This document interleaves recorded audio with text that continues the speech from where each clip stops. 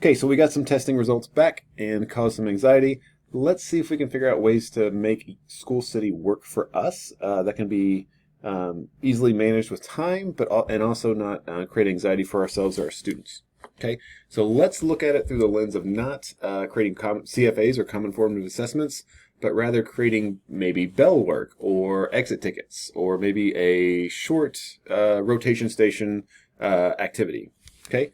So what we can do, we can actually create our own assessments in School City. I know some of you guys are already in this space, but I'm going to go to my Launchpad and click on Assessments. I'm just going to start right there at the district, and I'm going to go up here to the top where it says Create Assessments. Click on there. I'm going to choose Item Bank. Then from here, I just need to name it. I'm going to name it Demo 6, because I already did a Demo 5. I'm going to choose my subject. I'm going to choose ELA. And then I'm going to click Next.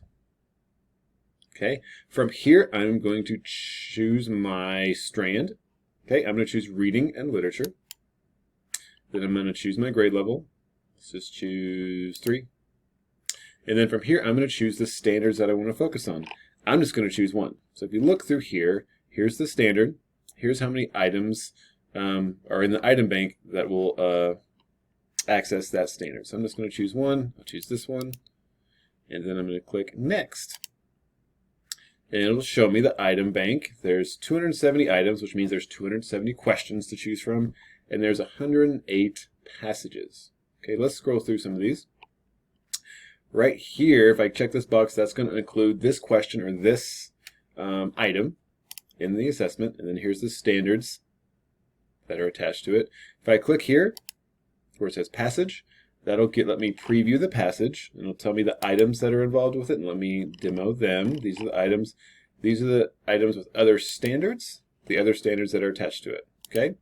I'm going to close this window, and I'm going to uncheck that box. I am going to scroll through here. I'm now intentionally looking for not necessarily a passage or a standard. I know what standard I chose to access in the previous screen. I am looking for how the students are being asked to engage. So I'm going to scroll through here. I'm looking specifically for that one, this one. These types of questions, I noticed it's kind of a lot of students were struggling here. I want the students to have practice reading a passage and answering this type of question where they're asked to click or look through the options of words or phrases to click. So that's what I want them to have practice with. I'm only going to choose that one item. This is just telling me that it's on online only type of item. I choose OK. I'm OK. They're going to take it on their Chromebooks. They're going to have it practice just one question with this. I'm going to hit Next. On this next screen, it gives me the standards that it could assess. It gives me the correct answer. And then here, where it says Online Preview, I'm going to click on that. That lets me preview what the students will see. So already I know they're going to have practice scrolling through the entire passage and not, coming up short, right? We can process using the slide bar if they see it. And then also how to answer these types of questions, okay? So great, I got they're reading a passage, need practice with that, and they've got the type of question I want to expose them to. I'm going to hit Exit Full Screen. Now I'm ready to go to the next screen. Performance levels, if you want to attach that, you can. It's just another way to access proficiency-based grading, kind of.